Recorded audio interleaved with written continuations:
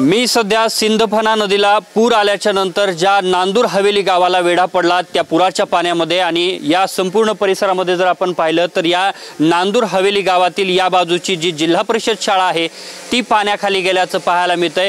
दुसऱ्या बाजूला या ठिकाणी शेतकऱ्यांनी जो गुराचा चारा या ठिकाणी साठवून ठेवलेला होता तो सुद्धा पुराच्या पाण्यामध्ये वाहून गेलेला आहे। अनेक गुरं या संपूर्ण पुराच्या पाण्यामध्ये आणि परिसरामध्ये अडकून पडलेत। सध्याची या ठिकाणची जर आपण परिस्थिती पाहिली तर अनेक घरं जे आहेत ते सुद्धा पाण्याखाली आहेत। या गावातली जिल्हा परिषद शाळा पाण्याखाली आहे आणि दुसऱ्या बाजूला या ठिकाणची जे संपूर्ण ही शेती जी आहे ती सुद्धा पाण्याखाली गेल्याचं आपल्याला पाहायला मिळतंय। शेकडो हेक्टर शेती संपूर्ण पाण्याखाली गेलेली आहे। अनेक ठिकाणचे शेत जे आहे ते खरडून गेलेलं आहे आणि संपूर्ण गावातली जी सध्याची परिस्थिती आहे ती कालपेक्षा आणखी विदारक होताना पाहायला मिळते।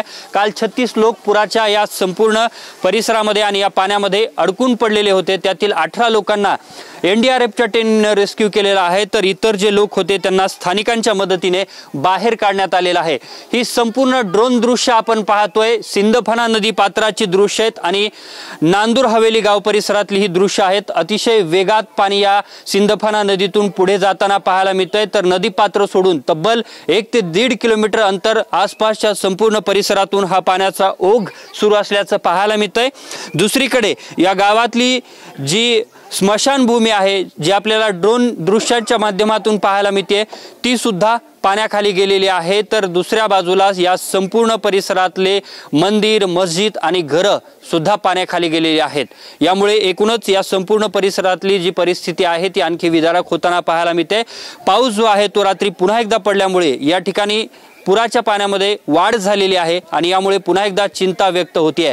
मात्र यामध्ये संपूर्ण पाऊस पडल्यानंतर आणि पूर स्थितीमध्ये या संपूर्ण परिसरातल्या शेतीचं मात्र प्रचंड मोठ्या प्रमाणात नुकसान झाल्याचं देखील पाहायला मिळतंय। एकूणच या संपूर्ण परिसरामध्ये सद्यस्थितीला अनेक घरं जी आहेत ती पाण्याखाली आहेत। अनेक गुरं जी आहेत ती वेगवेगळ्या ठिकाणी पुराच्या पाण्यात अडकून पडलेले आहेत आणि ज्या ठिकाणाहून लोकांना रेस्क्यू करण्यात आलं त्या परिसरामध्ये देखील अनेक गुरं जे आहेत ते पाण्याखाली असल्याचं आपल्याला सध्या पाहायला मिळतंय।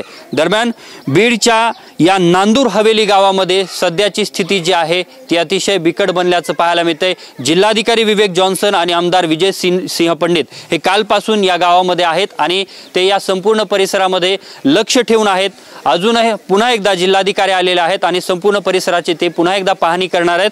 पाणी जे आहे ते आपण पाहतोय संपूर्ण परिसरामध्ये मोठ्या प्रमाणात वाढलेलं आहे आणि पुन्हा एकदा या संपूर्ण परिसरामध्ये जर कोणी अडकलेलं असेल तर एनडीआरएफची जी टीम आहे जी तुकडी आहे ती सुद्धा गेवराईमध्ये तळ ठोकून आहे। जर कोणी अडकलं असेल किंवा पुन्हा पुरामध्ये आणखी जर काही रेस्क्यू करण्याची गरज पडली किंवा नागरिकांना मदत करण्याची गरज पडली तर पुन्हा एकदा या ठिकाणाहून नागरिकांना रेस्क्यू करण्यासाठी एनडीआरएफची जी तुकडी आहे ती सुद्धा मदत करणार आहे। कॅमेरामन हर्षल निकम आणि दीपक आनोनेसह मी अशोक काळकुटे TV9 मराठी बीड।